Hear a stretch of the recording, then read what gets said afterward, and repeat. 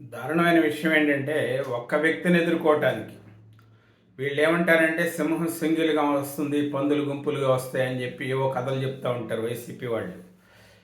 పిఠాపురంలో పవన్ కళ్యాణ్ గారు ఒక్కళ్ళని ఎదుర్కోవడానికి ఈ పవన్ కళ్యాణ్ గారు నేను పోటీ చేస్తానని ప్రకటించింది మొదలు వైసీపీ వాళ్ళు అసలు కింద మీద అయిపోతున్నటువంటి పరిస్థితి.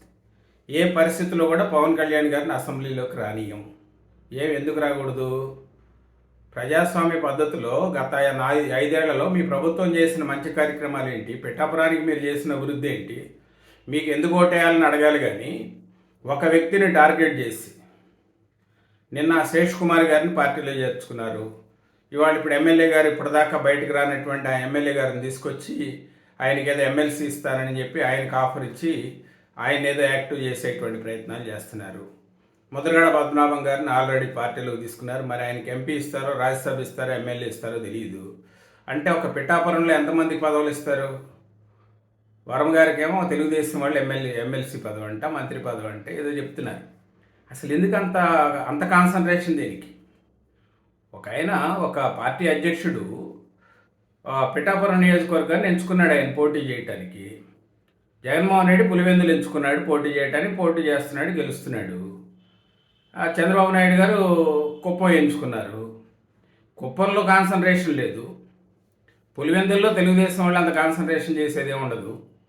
మంగళగిరిలో లోకేష్ గారు పోటీ చేస్తున్నారు. అక్కడ కూడా ఎలాంటి ఆపరేషన్ ఆకర్షణ లాంటివి ఏం జరగవు. ఒక్క పవన్ కళ్యాణ్ ఎందుకు ప్రత్యేకం?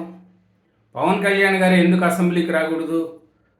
100 కోట్ల రూపాయలు ఖర్చు పెట్టడానికి ప్రిపేర్ అయిపోయి పెద్ద పెద్ద నాయకులు మొత్తాన్ని మోహరించి, ఒక పక్కన ద్వారంపూడి చంద్రశేఖర్ రెడ్డి, మరో పక్కన మిథున్ రెడ్డి, మరో పక్కన జగన్మోహన్ రెడ్డి, ఒక పక్కన పోటీ చేసే వంగ గీత, మరో పక్కన ఎమ్మెల్యే గారు, మరో పక్కన ముద్రగడ పద్మనాభం.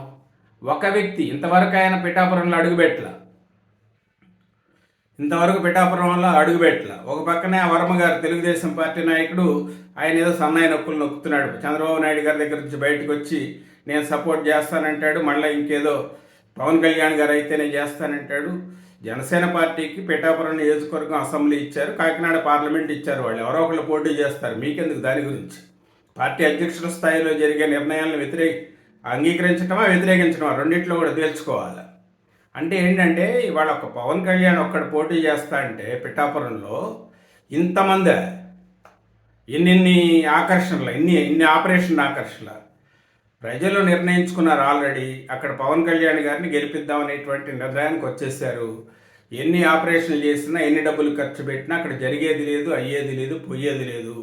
జగన్మోహన్ రెడ్డి గారు గుర్తుపెట్టుకోవాల్సిన విషయం ఏంటంటే ఇంత పూర్వంలాగా ప్రజలు పవన్ కళ్యాణ్ గారి అభిమానులు జనసేన పార్టీ కార్యకర్తలు చూస్తూ ఊరుకునే పరిస్థితి లేదు. ఇంత పూర్వం భీమవరంలో చేసినట్టుగానో లేకపోతే గాజువాకలో చేసినట్లుగానో ఈసారి పిఠాపురం పైన కాన్సన్ట్రేషన్ పెట్టి ఏదో డబ్బులు గుమ్మరించి గెలుద్దామనే ప్రయత్నం చేస్తే దీని ఎఫెక్ట్ మిగతా అన్ని నియోజకవర్గాలపైన ఉంటుంది. వైసీపీ తగినటువంటి మూల్యాన్ని చెల్లించుకోవాల్సి వస్తుంది. ఎన్నికలాగా జరపాలి. ఇంత ప్రతిష్టాత్మకంగా ఎన్నికను తీసుకోవటం అనేది సరైనటువంటి విధానం కాదు. ఒక పవన్ కళ్యాణ్ విషయంలోనే ఇవన్నీ వస్తాయా? మేము ఈ నియోజకవర్గాల్లో కాన్సన్ట్రేషన్ చేస్తే మీరు గెలవగలుగుతారా? ఇదంతా ప్రజాస్వామ్య ప్రక్రియకి విఘాతం కలిగించేటువంటి పనులు కదా ఇవన్నీ. ఇంతమంది నాయకులు కాన్సన్ట్రేషన్ చేసి పీఠాపురంలో పవన్ కళ్యాణ్ గారిని ఓడించాలని ఎందుకు అంత కక్ష? ఎందుకు అంత ద్వేషం? వ్యక్తిగత ద్వేషం దేనికి? రాజకీయంగా ఎదుర్కోండి.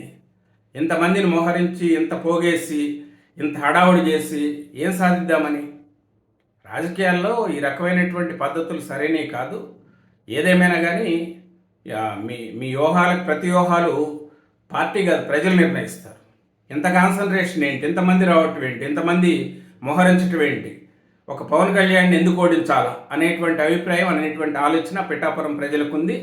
వాళ్ళు తగిన బుద్ధి చెప్తారు, తగిన గుణపాఠం చెప్తారు. ఖచ్చితంగా పిఠాపురంలో పవన్ కళ్యాణ్ గారు అత్యధిక మెజార్టీతో గెలుస్తారంటే ఏమాత్రం అతిశయోక్తి లేదు.